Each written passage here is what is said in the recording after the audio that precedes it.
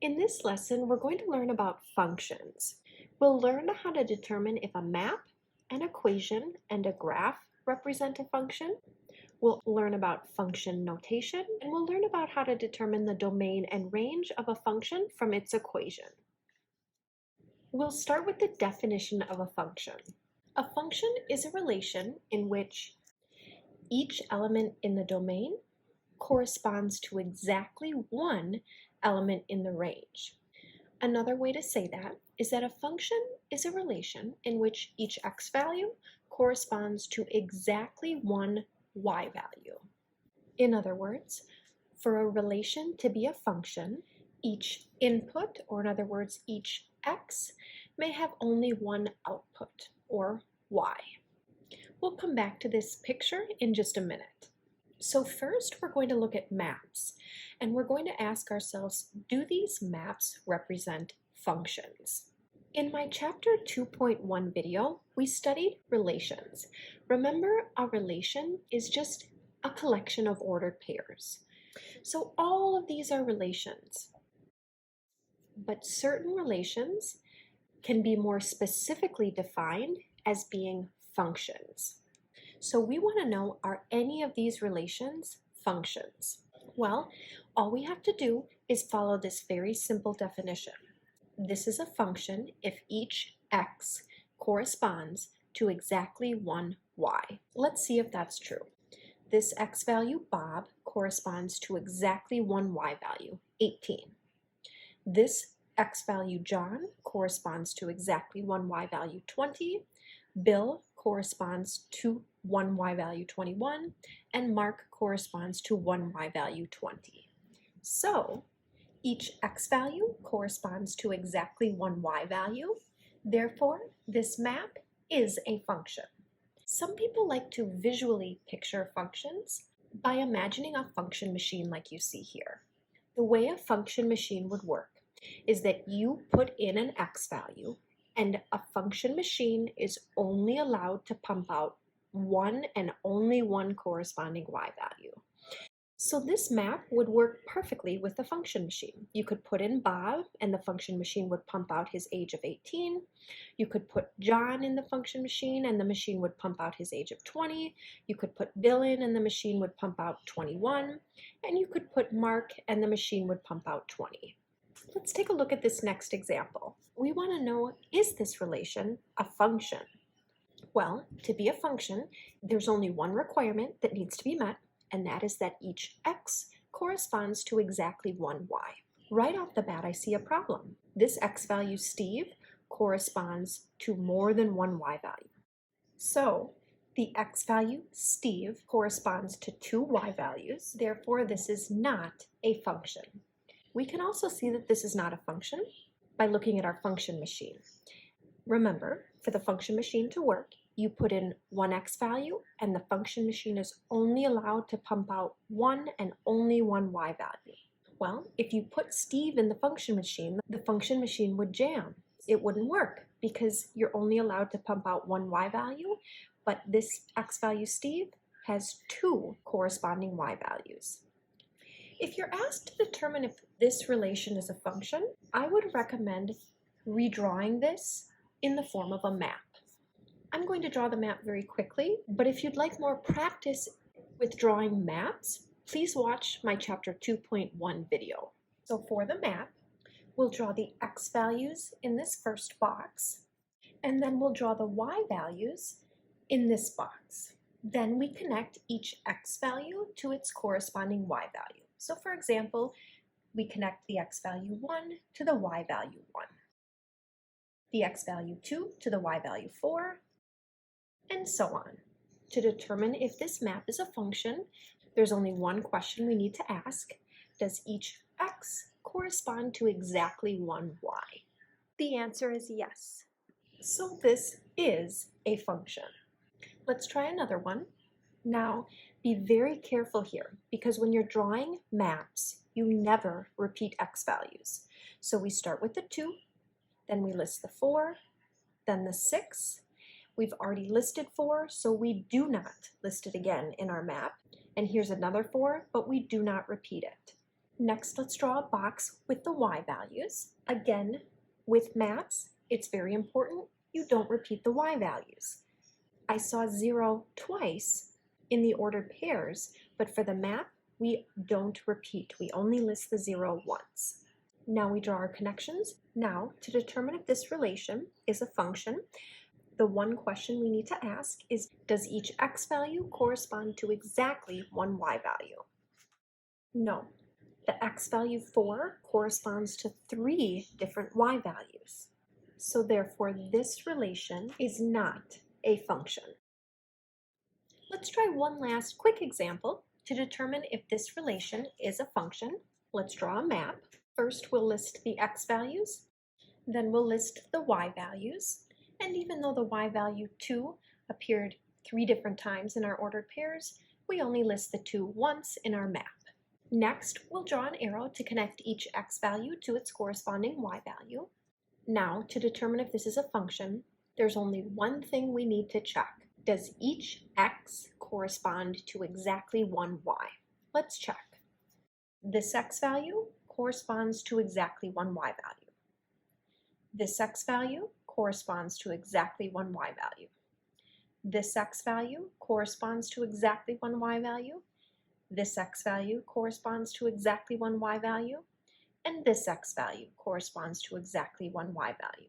So this is a function. It doesn't matter that -2, 5, and 8 all correspond to the same y value 2. That doesn't matter. The only requirement for being a function is that each x corresponds to one y. So each of these x's fulfills that requirement. So this is a function. We've now learned how to use a map to determine if a relation is a function. Next, we're going to look at infinite relations. These relations will be an infinite collection of ordered pairs. And these relations will be represented in the form of an equation. So how do we determine if this equation represents a function? There's more than one way to do this, but the approach I'm going to show you uses a map. Now, with infinite relations, we generally do not represent them using a map. Because if you have an infinite relation, you could never list the infinitely many x values in your map and the infinitely many y values in your map. But we can use a map just to help us think through these problems. So I'm going to pick some x values and plug them into the equation to find the corresponding y values. And I'm just going to pick some random x values. You might pick different x values than I do, and that's okay. Let's start with 0. Let's see, if x is 0, we would have -6 times 0 plus 3, which would give us a y value of 3. So when x is 0, our y value is 3. So I'm going to pick the x value of 1. If we plug 1 in for x, that would leave us with -6 times 1 plus 3, which would give us the y value -3. So when x is 1, y is -3. I'll pick one more x value. Let's pick 2. And let's plug 2 in for x, and that will give us -6 times 2 plus 3, which will give us the y value -9. Now I'm going to draw a ... because these maps are very incomplete. There are infinitely many more x values and infinitely many more y values. But we can use a map just to help us think through these problems so that we can answer the question, for this given equation, does it appear that if you plug in an x value, does the equation give you one and only one y value? That seems to be the case. You can pick any x value you want. To find the corresponding y value, you just plug that x value into this equation. You'll multiply it by -6 and then add 3, and that will give you one and only one y value. So this is a function. You might be able to logically think through this without even drawing a map, and that's okay too. Next, let's determine if this equation represents a function. To do that, we need to ask ourselves, does each x correspond to exactly one y value? I recommend drawing a map. So again, I'm just going to pick a few x values. There's not a certain number of x values that you need to pick. Just pick enough x values maybe 2 or 3 or 4, so that you feel confident in concluding whether or not this is a function. Maybe I'll pick the x value of 1, and then we want to plug 1 in for x to find the corresponding y value. Now, this plus or minus means that when you plug in 1 for x, this equation gives you two answers. Positive 4 times 1, which would give us the y value of positive 4. And when x is 1, the other y value is negative 4 times 1, which would give us a negative 4. So when the x value is 1, the corresponding y values are 4 and negative 4. You might be able to stop here and answer the question, but I'm just going to pick one more x value. Let's pick maybe 2. If you plug in 2 for x, one y value will be positive 4 times 2, or 8. And the other y value will be negative 4 times 2, or negative 8. So, does each x value correspond to exactly one y value? No. In fact, any x value, except for 0, corresponds to 2 different y values. So this equation is not a function. One last example. I'm going to pick some random x values. When x is negative 1, the corresponding y value would be negative 1 squared plus 2, which would give us 3. When x is 0, the corresponding y value would be 0 squared plus 2, which gives us 2. And let's do one more. When x is 1, the corresponding y value would be 1 squared plus 2, which gives us 3. So we'll connect the 1 to the 3. And let's see, does each x value correspond to exactly one y value? The answer is yes. So this equation is a function. Next, we're going to learn how to determine if a graph represents a function. There's a nice quick test we can use to determine if a graph represents a function. That test is called the vertical line test. The vertical line test says if any vertical line intersects a graph in more than one point, then the graph does not represent a function. So if you're given a graph and you're asked to determine if that graph is a function, you want to picture, is it possible to draw a vertical line through your graph that intersects the graph in more than one point? Let's draw a few vertical lines through our graph to help us answer this question. This vertical line here intersects our graph in only one point, right here. This vertical line here intersects our graph in only one point, right here. In fact, any and every vertical line through this graph will only intersect the graph in one point. If that's the case, if every vertical line drawn through your graph only intersects the graph in one point, then your graph represents a function. Let's draw a vertical line through this graph. This vertical line intersects our graph at 2 points, here and here. If a vertical line intersects the graph in more than one point, then the graph is not a function. Now, instead of just memorizing this rule, let's draw a quick map just to help explain why this rule works. And for our map, I'm just going to use these two ordered pairs, and the x value of this point is 2, and the y value of this point is 0, and the x value of this point is also 2. Remember, with maps, we don't repeat x values, so we'll keep our 2. And the corresponding y value is negative 6. Now again, this map is incomplete because technically there are infinitely many x values and infinitely many y values that we could put here, but this map is enough to see that this is not a function because the x value 2 corresponds to more than one y value. A vertical line that goes through 2 is intersecting the graph in 2 spots because there are 2 corresponding y values for the x value 2. Let's picture a vertical line through this graph. This vertical line intersects the graph in more than one point. So if a vertical line intersects the graph in more than one point, the graph is not a function. What about this graph? Any vertical line you draw through this graph will intersect the graph in only one point. So this graph is a function. For this graph here, every single vertical line that can be drawn through the graph will only intersect the graph in one point. So this graph is a function. These last two graphs are finite relations because there are only a limited number of points on the graph.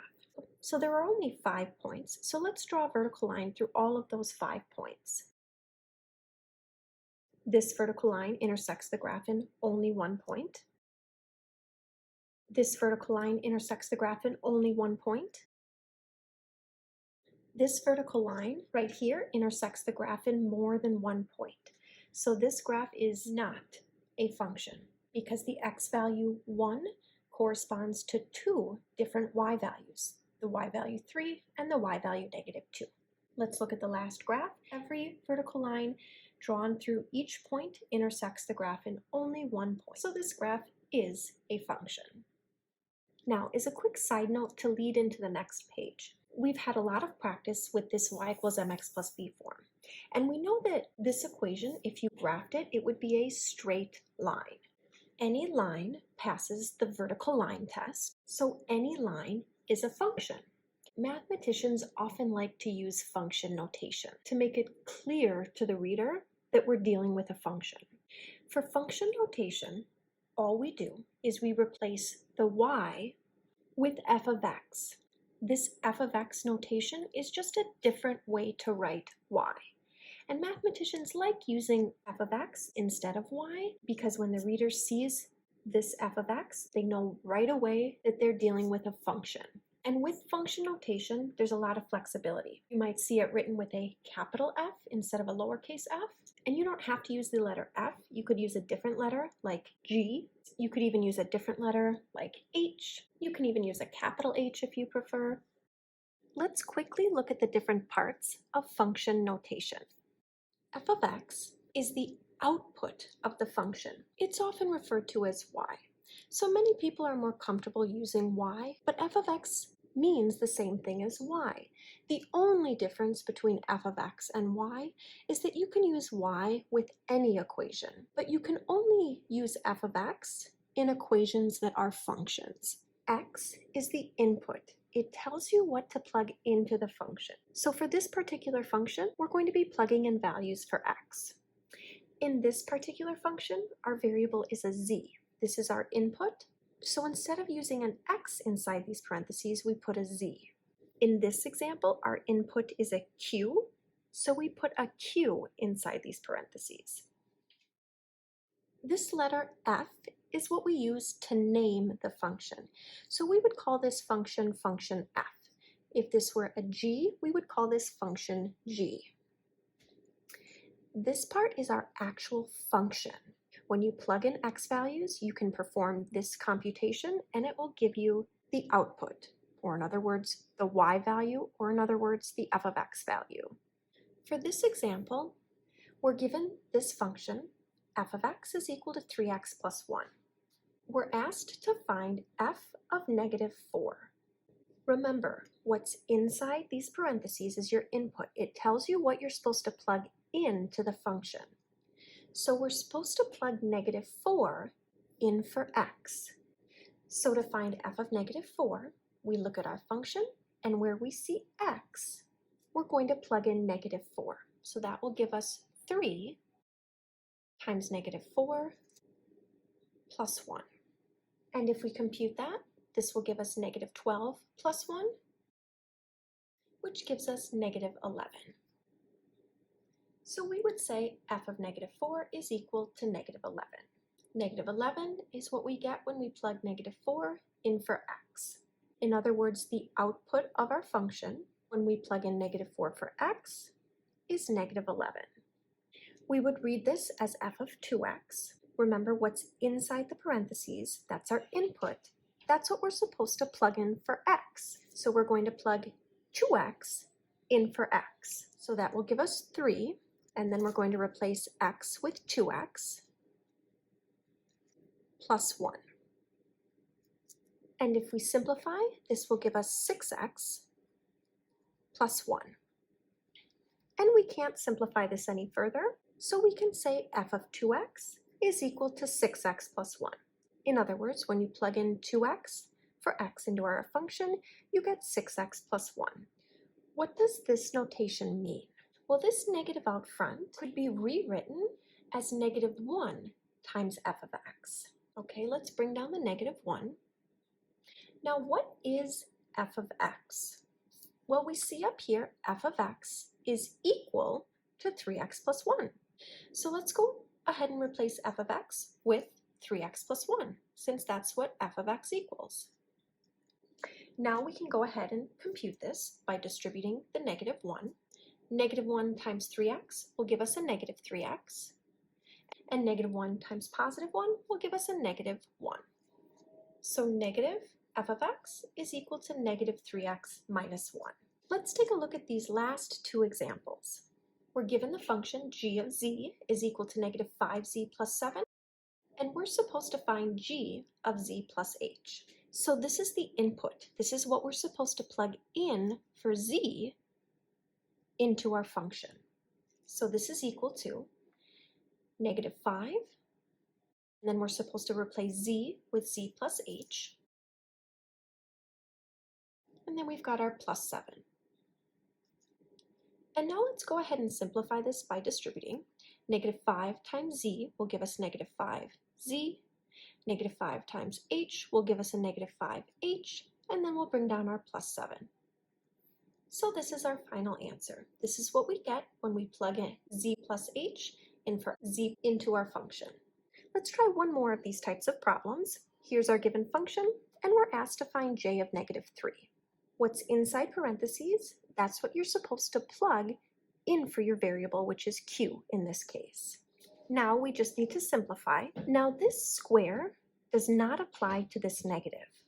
So we want to make sure that we're not squaring this outer negative. So I'm going to keep bringing that negative down. The square only applies to the q. So we're squaring q, but we're not squaring this outer negative. So q is negative 3. Negative 3 squared gives us a positive 9. So again, negative 3 squared gave us a positive 9, but then we kept this outer negative here. Negative 5 times negative 3 will give us a positive 15, and negative 3 minus 1 will give us a negative 4. Negative 9 plus 15 gives us a positive 6 divided by negative 4, and negative 6/4 reduces to negative 3/2. For this last page, we're going to discuss how to find the domain of a function given its equation. Now, we know that the domain refers to the x values, but let's look at a more formal definition of the domain. The domain of a function is the set of values that the independent variable, which is often x, may assume. So if you're given the equation of a function like this, and you're asked to find the domain, you want to ask yourself, what values of x are allowed? What could you plug in for x and get a valid output? For example, you could plug in 2 for x, and if you computed 12 divided by 2 minus 6, you'd get a valid output. You could plug in negative 15 for x. You could plug in a more complicated number for x, like pi. Then you might need to use your calculator, but if you computed 12 divided by pi minus 6, you'd get a valid output. You could plug in the square root of 30 for x if you wanted to. You could plug in a fraction for x. For this equation, there are infinitely many numbers you could plug in for x. The domain is the set of values that you're allowed to plug in for x. So when we're describing the domain for an equation like this, it would be impossible to list the infinitely many values that we're allowed to plug in for x. It's much easier to list the one and only one x value that's not allowed. Remember, in mathematics, the denominator is not allowed to equal 0. So, for the domain for this equation, x is allowed to be any value except the value that makes the denominator equal to 0. So how do we find the domain of a function given the function's equation? We're going to exclude any values of the variable that cause the denominator to equal 0. So when would this denominator equal 0? When x is 6. We're asked to write the domain in set builder notation. So we remember set builder notation starts out with this general outline. And then in this blank space here, we're going to insert the one forbidden x value, which for this equation is 6. X can be any value except positive 6. For this problem here, if we're asked to find the domain, we're asking the question, what values can P assume? And the answer is infinitely many values. In fact, you can plug in any number you can possibly imagine for p and get a valid output. But there is one and only one value for p that's not allowed, and that's the value that makes the denominator 0. Because in mathematics, if you have a 0 in the denominator, your output is undefined. So to describe the domain, instead of attempting to describe the infinitely many values of p that are allowed, it's much easier to say p can be any number except whichever number makes the denominator 0. Now for this problem, it was pretty easy to mentally figure out when the denominator is equal to 0. If you're having trouble figuring out mentally when is this denominator equal to 0, we can just write ourselves an equation. We want to know when is this denominator 9p plus 5 equal to 0. And now we've written ourselves an equation that we can go ahead and solve. Let's subtract 5. That will leave us with 9p is equal to -5. And then let's divide by 9. And that will leave us with p is equal to -5/9. Now remember, the denominator is not allowed to equal 0. So I'm going to put a slash through all of these equal signs. So to write our domain in set builder notation, we'll start with this general outline, and then in this blank space, we insert the forbidden p-value. And what this statement says is that for the domain, p can be any real number except -5/9. If we're asked to find the domain for this problem here, we need to ask ourselves, what are we allowed to plug in for w? Unlike these problems where there were variables in the denominator, this problem has no variable in the denominator. So, no matter what you plug in for w, you will never get 0 in your denominator. So, since you'll never have 0 in the denominator, there are no forbidden values of w. So for the domain for this problem, in set builder notation, we can say that w is any real number. Let's take a look at one last problem.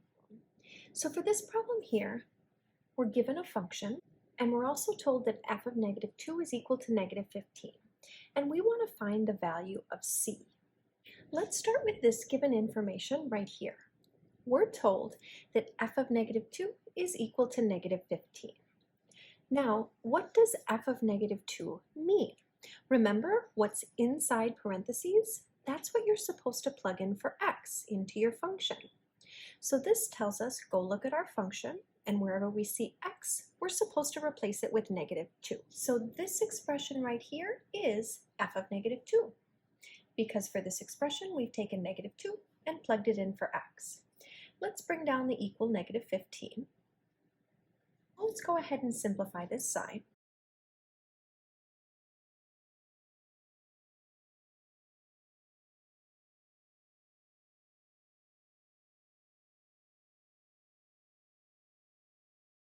Now the question asks us to find c. So to find c, let's add 18 to both sides. And that leaves us with c is equal to 3. So we've determined that the value of c is 3.